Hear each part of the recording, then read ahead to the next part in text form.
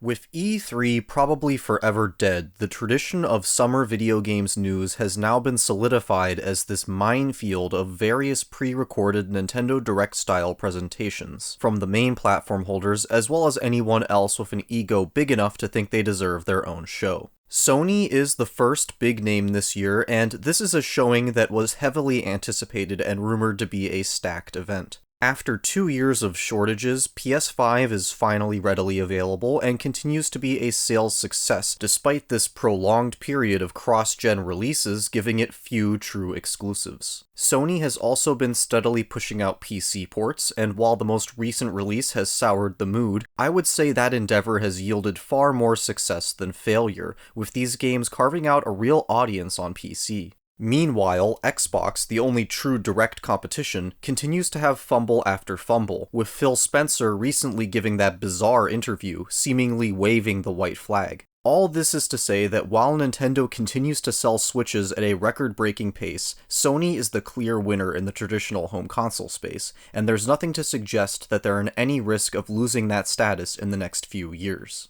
So with that in mind, let's talk about what was shown as well as my thoughts on the direction that Sony is heading in. And just a quick note, I'll be straight up skipping over a lot of the small stuff and titles that I couldn't care less about, such as Square Enix's Splatoon clone that will likely be delisted before I even finish the video. Other than a vague and obnoxious CG trailer, we have very scant information on what Fairgame $sign is other than a heist shooter, which I assume translates to payday clone. I don't find this interesting at all, and the only reason I'm talking about it is because when the studio responsible was acquired last year, such a big fuss was made about it and this upcoming AAA multiplayer experience. While I do understand why Sony would be interested in having a multiplayer game in its almost exclusively single-player lineup, the idea of announcing a multiplayer game with a CGI trailer is not a good idea, and this is a horrible first impression. It is PS5 and PC only, true next-gen and true exclusive, so get ready for a full marketing push. I did a video last year talking about Konami's Silent Hill transmission event and how cynical and disingenuous I felt the projects and the approach were. Rumors have been swirling for years about Metal Gear Solid making its way back into the limelight. First, it was supposed to be a remake of MGS1 by Bluepoint, then at some point it morphed into a remake of the third game, Snake Eater. Even without the rumors, after that Silent Hill transmission event, I think it was obvious that Konami would milk the MGS cow next. The only thing truly surprising about this is that Konami didn't have their own event and announce 4 spin-offs and a movie alongside it. Though I will give them credit for doing a collection of the first 3 games. Hopefully it being named Volume 1 means that we can finally see 4 freed from its cell processor prison. So why start with 3? With Silent Hill, I know they started with 2 because that's by far the most popular game and Konami sees it as the safest choice financially, but I'm not sure the same can be definitively said for Snake Eater, so maybe the intention here is to do remakes in chronological order? It's either pretty fucking random or contrived, depending on how you look at it, although I have to admit that at least conceptually, a super high production value remake of Snake Eater is compelling and presents tons of opportunities. But that's only if the right people are working on it with the right mindset. I know that for some, Kojima-less Metal Gear is blasphemous. To me, it's not really a big deal for a remake, but Kojima involvement should be the least of anyone's concern here when the Silent Hill 2 project was given to Bloober Team. Who is on the job for this then? Well, we really don't know. They've put out a few statements on the official Twitter and just referred to themselves as development team. Fantastic, really specific. Reading between the lines, I'm going to assume that this is some internal effort from Konami, which is certainly interesting. The last serious game they put out was Metal Gear Survive, and some of those people are actually legacy staff from before the Kojima split, but I don't think that really means much given how Survive panned out. Another question is, what engine is this running on? Could it be the Fox engine? A while back, they made a Snake Eater pachinko machine that played cutscenes remade in the Fox engine, so it's not as far-fetched as it may seem. It's entirely possible they went Unreal Engine 5 like Bloober is, but if I'm thinking like Konami, you could potentially take the already proven toolset of MGS5 and build Snake Eater with that, rather than attempting to build from the ground up. Of course, their motivation for doing that would be pragmatic, cynical, but the Fox engine is such a squandered piece of tech that I would actually be interested in this solely to see it in some updated form. The last thing to talk about with this is that it's actually multi-plat, despite Sony's presentation making it look like a PS5 exclusive. It makes no difference to me, but from a business perspective, Sony should have secured an exclusivity deal on this, and they clearly can based off Silent Hill 2. I have to wonder if their decision to not pursue that is part of some political balancing act with Kojima. Remedy is a developer whose work you seldom hear discussed outside of benchmarking Control in GPU reviews, and that's a shame. Both Control and Quantum Break, which is even more neglected, were both memorable releases for me from last gen. They've got AAA production value, but with a unique sense of style that feels different from a lot of other narrative-driven titles. Alan Wake 2 was announced a while back, but this is the first time we're getting a real look at the game, and I have to say that I'm impressed with what I saw. Despite the partnership with Epic Games, they are continuing to use their Northlight engine, which is a huge relief. Control was one of the first games to heavily leverage RT features in a compelling and robust way, and while the game still looks great today, the setting was very constrained and homogeneous. In contrast, this trailer shows off plenty of location diversity, from the forests of Bright Falls to dilapidated buildings and even some sort of noir-style city that looks stunning. This is very clearly not a cross-gen game, and we can definitely count on them to deliver a technically forward game, hopefully jam-packed with heavy RT features for PC. As for the game itself, I'm still amazed they're doing this over a decade after the original, which itself wasn't a blockbuster by any stretch. It's decidedly far darker and more serious as well, with Sam Lake himself stating that this will be an M-rated game early on. The original was T, which further gives me the impression that this is a pure passion project for Remedy. But the most interesting tidbit I was able to glean from the PlayStation blog post was that this will not only have two protagonists, but two entirely separate campaigns, Resident Evil 2 style. There's a lot to get excited about here, but it was all kind of overshadowed by the news that this will be a digital-only release, which they say is helping them keep the price at $60 on console and $50 on PC, though the latter likely has more to do with this being an Epic Games Store exclusive published by Epic Games. This has never really been done before for a game of this size, and debates about ownership and game preservation aside, I have to wonder how it's going to impact sales. If this was GTA 6, then I don't think it would have any impact, but for a more niche game like Alan Wake with lower IP and developer recognition, I think it will. Remedy themselves admitted that Alan Wake Remastered undersold, and that game did have a physical release. So now this franchise that is already fighting an uphill battle will be subjected to the poor discoverability of digital storefronts and be an Epic Games Store exclusive on PC. If you ask me, this is like a death sentence for Alan Wake 2's sales numbers, and I won't be surprised at all if it's a huge flop. Physical presence in stores means something, and on console, physical games go on sale more regularly, often with deeper discounts, which is where low-key games like this can claw back some sales. That drama aside though, this appears to be more high-quality work from Remedy, and I'm excited to see them really ramp up from this epic partnership. Control 2 and remakes of Max Payne 1 and 2 are also on the way.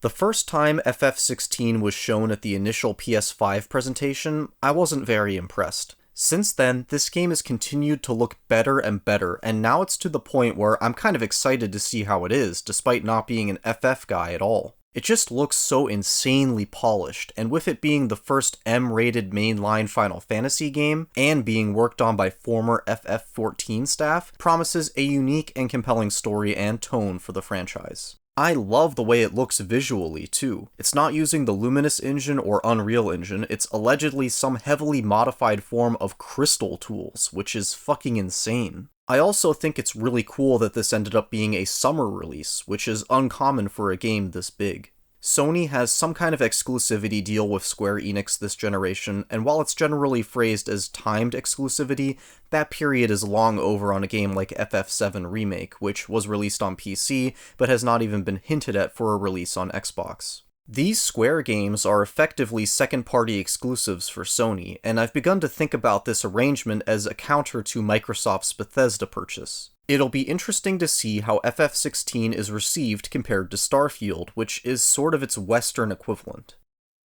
Ubisoft has got off to a very rough start this generation, with their mainstay franchises stale and their most anticipated projects like Avatar and Beyond Good and Evil 2 seemingly stalled. On the surface, this new Assassin's Creed game may appear to be business as usual, but it's really a huge corrective move, the most radical change for the franchise since 2017's Origins. That game re-established the Assassin's Creed formula as this open-world RPG-light thing, almost like a casualized form of The Witcher 3, and things stayed like that until 2020's Valhalla. Mirage is not only a return to the original formula, but it's most similar in visuals and setting to the original Assassin's Creed. Coincidentally, I recently played a few hours of Unity just to see the graphics, and I was surprised by how unannoyed I was by that classic format. From my perspective, the RPG-style AC games are not really AC games, and they're super bloated messes. At the same time, those games have their own very dedicated fan base, so those people are probably not happy. But that format is pretty intense in its length, making it intimidating or perhaps even impenetrable for outsiders, so I'll be very interested to see how Mirage performs. VR2 is already in what feels like a pretty dire place, despite launching only mere months ago. Sony started communicating about what PSVR2 would be pretty early on, then the hardware dropped, you saw coverage for a week, and now it's like it never happened. Sony seemed to not have any plan for this hardware. I can't remember if I've even seen this product advertised. I'm the furthest thing from a VR enthusiast, but even I find that to be a real shame. They clearly put a ton of work into developing the hardware, and it surpasses the Valve Index in many key aspects, most notably the displays, despite costing half as much. So the hardware is absolutely there, and unlike PSVR 1, the PS5 is capable enough to deliver solid VR performance, but the games themselves remain very one-dimensional, very gimmicky, and feel primitive compared to what you can play on a flat display with a controller. While this showcase did little to remedy that perception for me, RE4 Remake VR was a nice surprise, and along with Village VR, gives Sony two very compelling full-length real games that are exclusive to PSVR. Outside of those two and Gran Turismo though, I'm not quite sure why Sony decided to do another VR headset, because they're not really moving the needle here, and if Valve couldn't do it with Half-Life Alyx, this current lackadaisical approach from Sony certainly won't. This VR thing continues to be a chicken and egg situation. There's no compelling games, so no one buys it, but because no one buys it, there's no incentive to invest in game development. It's admirable that Sony took a second swing at this, but I'm just not seeing the vision.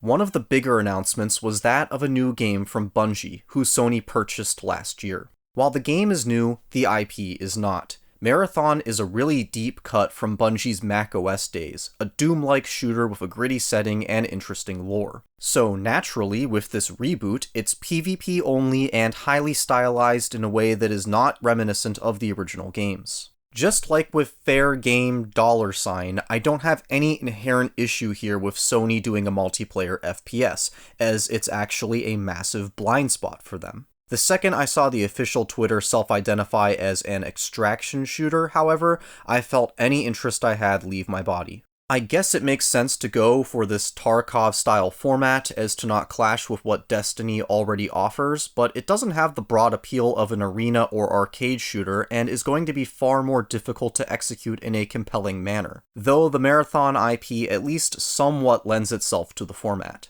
Given its trend-chasing choice of genre, I'm going to assume this is yet another live service game, which is the last thing we need. If this was a $60 traditional game with a campaign and multiplayer suite, damn, that would have hit hard and been a huge win for Sony, especially after Halo Infinite shot itself in the foot, chest, and head. That's the kind of game I want to see Bungie develop as a secondary project, not another impermanent type of game. It is nice to see that the Sony acquisition has given them the resources they need to branch out and be more than just the Destiny studio, but this is close to being the least interesting thing they could have done. At least it's not a battle royale. I guess that's finally out of vogue. This is a multi-plat release, including Xbox and cross-play as well, which kind of diminishes its value as a Sony game in a PlayStation showcase. Not to mention that this was yet another CG-only trailer showing off the artistic direction, so there's really nothing more to say other than it's likely a distant release.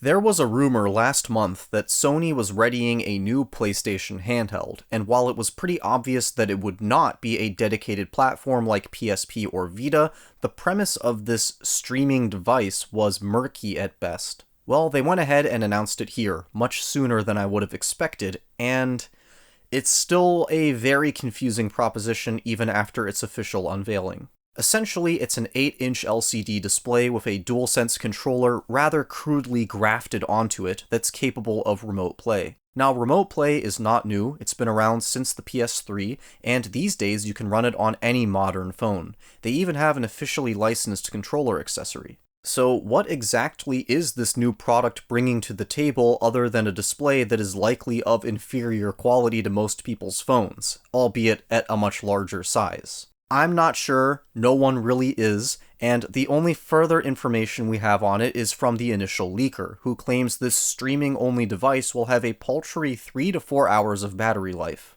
The only possible way that this product is not completely useless is if it has some kind of proprietary Wi-Fi implementation that allows it to have a direct, low-latency connection to the PS5 bypassing the router. That's how the Wii U gamepad worked, and as maligned as that system is, it worked quite well. Worlds better than the last time I tried remote play.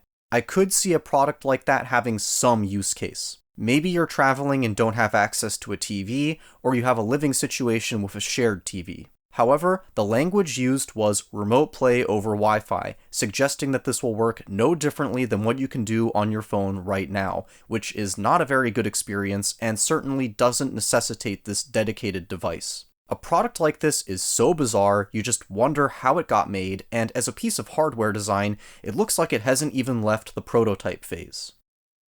Insomniac has been cementing themselves as one of the most industrious names in the business. Last gen, Spider-Man and Sunset Overdrive were great, and they've technically already shipped 3 PS5 games, with one of them being among the few true system exclusives. The pace and Nintendo-like level of technical polish at which they are releasing these games is in complete defiance of the industry's steady crawl towards longer and longer development cycles that somehow result in broken games.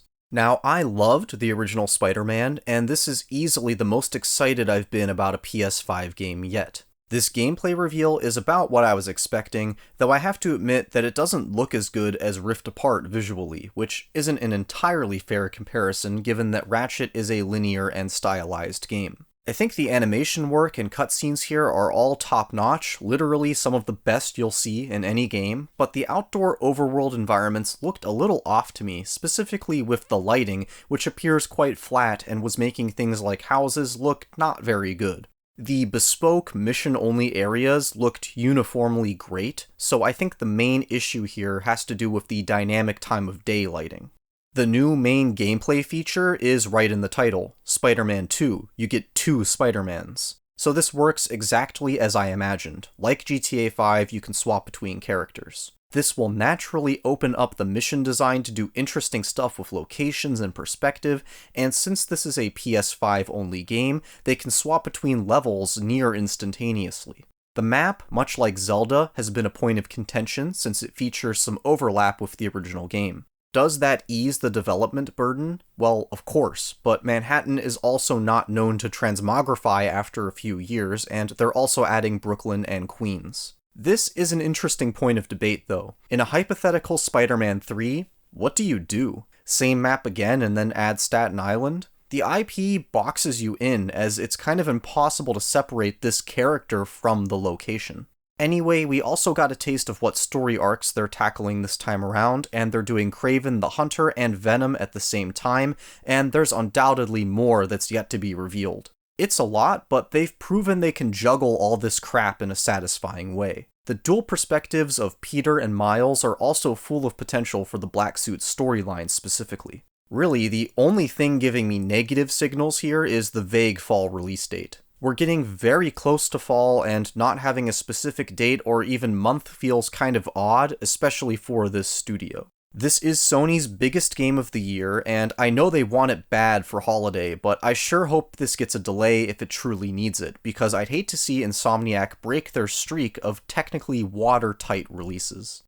Overall, this was a sparse showing, not just relative to the rumors, but by any metric. If this was a traditional E3 stage show 5 years ago, it would be derided. We learned of 2 live service multiplayer games, some multiplats, and saw gameplay for Spider-Man, which was frankly way overdue given how soon it's supposed to release. It's also worth noting that this thing was laden with CG-only trailers and sorely missing gameplay deep dives. Some have claimed that Sony decided to hold back. While there is definitely some industrial-grade copium baked into that take, it is true that the majority of large titles showcased are slated for release by the end of this year. There are a lot of unaccounted-for developers and projects at the moment. Sucker Punch, Bluepoint, Ben's Studio, and Naughty Dog's next single-player game, to name a few. With the industry trend of endlessly delayed and broken games as of late, playing close to the chest is a prudent move, but that doesn't excuse a lackluster showing and an unclear direction. We are almost 3 years into this console generation, and it still feels like it has barely started because of the prolonged cross-gen period. The unspoken expectation of this show was that it would finally show us the path out of that, but that's not what happened. A predictable trickle of sequels to PS4 juggernauts was an acceptable strategy for the start of a generation, especially one that was beset with COVID-related logistical challenges and hardware shortages. At this point, we should be seeing more, a lot more, but it seems like the plan is to continue that course and throw these live service multiplayer games into the mix, which I don't think the vast majority of PlayStation fans are interested in. It really gives the impression of a complacent Sony, and while we're never going to see them return to PS3 Ken Kutaragi delusion levels, this overly safe, sterile, aloof approach is starting to become a different kind of lame. Since the late PS3 era, they've finally found a formula that consistently works for them, which is these high-profile, single-player cinematic AAA experiences. I play and like those games for the most part, and they're responsible for making PS4 the massive success that it was, but it seems like that's all they're interested in doing now. That's not all PS4 was, though. There were plenty of smaller and more niche games like Gravity Rush 2 and The Last Guardian, the latter of which I strongly disliked, but games like that play a vital role in creating a diverse and compelling library. The closest thing we get to that now is their support of Kojima in a surely low-profit endeavor like Death Stranding 2, which I do give them some credit for, but we haven't seen a single PS5 game that feels surprising or ambitious. Not just from a technical perspective, but from a creative one. A day or two after the showcase, Naughty Dog felt the need to put out this statement about the perpetually delayed Last of Us factions, as well as reiterate that they are working on a new single-player game. Things are very weird right now, and while it might not be as concerning as what's going on at Xbox, I feel myself growing ever so slightly uncertain about what Sony wants to accomplish with PS5.